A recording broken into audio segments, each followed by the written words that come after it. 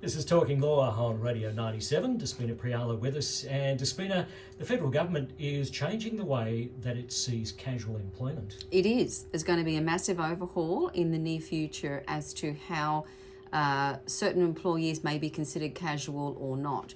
So it's really going to have quite an impact on employers and businesses. Well, it will, because of course we've heard lots about the casualisation of the workforce in Australia. So this is affecting more and more people all the time. Exactly right. So I'll let you know what the name of the bill is. It's always a mouthful, isn't it? But here we go. So it's called the Fair Work Amendment Supporting Australia's Jobs and Economic Recovery Bill 2021. I like it. So yes, of course.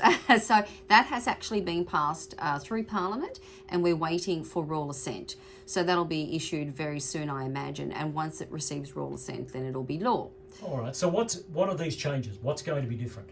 Okay, so it's how employees are going to be considered casual. So in the past, we've used, and the courts have used, common law principles to determine if someone is a casual employee or not. And obviously, if someone is casual or not will have an impact on entitlements and a range of other aspects about that person's job and how they conduct their jobs for that employer. So now what they're saying is that this legislation will mean that the focus will be on the terms of a contract for that casual employee to determine whether that person is a casual employee or not, which is quite different in the past, because I dare say a lot of people don't bother to have contracts for casual employees, or if they do, those terms will be quite different perhaps to what this bill will need to have as part of the employment contract now for casuals, if they're going to be identified as casuals for that business. Are these standard changes? So in other words,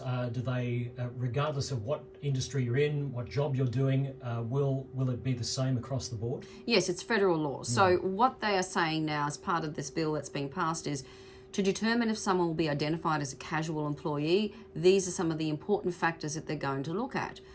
One, whether the employee can elect to accept or reject work. So that's obviously got to be part of the terms of the contract and how it's worded.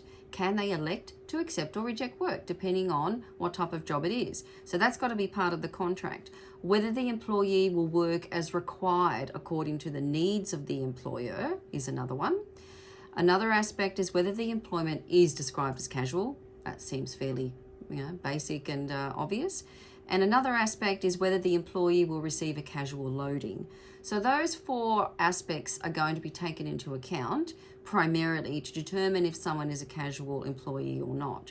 And there are other significant changes that we'll see along the way as well. For example, casual employees will then have an opportunity to say, well, I want to have a conversion to permanent after 12 months, and the employers will have limited ability to reject that requirement. Now that's going to really make a big change to businesses. Despina, where do employees or potential employees find out this information for themselves? Well, they could Google. Obviously, we love Google, but if they should probably just Google changes to casual employees laws, and this bill will actually come up, and there should be some simple explanations by the government, perhaps, as to how it will impact. And this is going to be a law, not a hope. Oh no, it's passed. Absolutely. It's just waiting royal assent. But it's wondering whether the employer will follow through. Well, they'll be forced to. There is always a transition period. So the government always says, okay, well, new laws, let's give you 6 months to transition into what you need to do. So they'll always have that transition period, but once it receives royal assent, 6 months are passed, the employers need to comply with what they need to do for their casual employees. And casuals don't always have employment contracts. In fact, I think a lot of people are probably a little bit scared about getting into a contract, because they think it's lots of legalese, etc., and perhaps a bit beyond them. I mean, what do you say to casuals who basically don't necessarily want a contract? Do you think it's a great idea? Do you think it's worthwhile? Yeah, it's a good question. So a lot of people have that mindset, I don't want to sign anything. If I don't sign anything, that it's great for me because it doesn't mean that I'm committed to anything in particular. Yes and no. If you want to be recognised as a casual, there's always advantages and disadvantages from an employee and employer perspective. But if you want to be identified as a casual, now you're going to have to sign a contract, and those terms are going to have to be clear in there about whether you can be identified as a casual employee or not. having a contract generally, if it's done right for you, from your perspective, you'll have benefits, you'll have protections, and there'll be protections and benefits for the employer.